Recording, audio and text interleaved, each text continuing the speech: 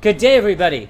Today we're talking about one of my favorite subjects, which is I call the model of survival. The model of survival. Well, there's many different ways to look at this model, but it's really for an organization, and we look at what organizations can do to succeed in today's world. We know a couple things. We know that the best organizations are ones that give people a reason to walk in the door. In other words, they have something that people want. That's the first thing. Second is that they do something better, faster, cheaper. They have some competitive advantage that is better than anybody else. So they may have the best product, but then there's something about the shopping experience or the way they make it that is cheaper, faster. We know that long-term plans no longer exist. We know that 70% of businesses fail in the first 4 years. Which is a very high percentage. And so to plan long term is really 2 to 3 years nowadays, not as long as we thought it would be. So those are the three things that we know about organizations. We know other things like that you need to have talent and some direction. But in order to survive today, I think organizations have to have some kind of model that helps them determine how best to survive in this kind of globally competitive environment. I created this thing called the model of survival.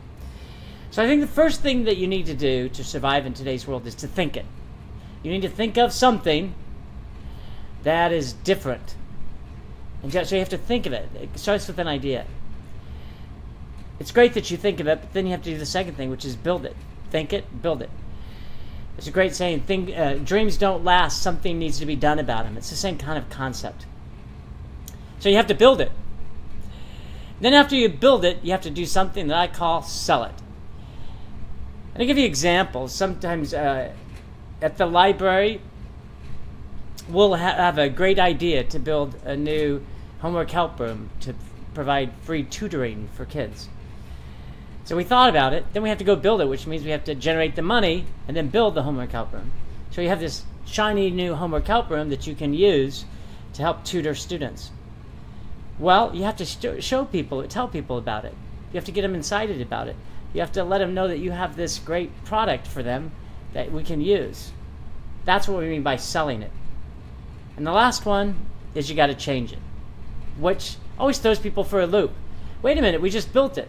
What it means is that today's great product may be yesterday's great product, which means you have to constantly, as the shifting paradigms, as the shifting wants and desires of your populations occur, you, as the producer, the seller, have to be willing to change with the times. And so you have to change it.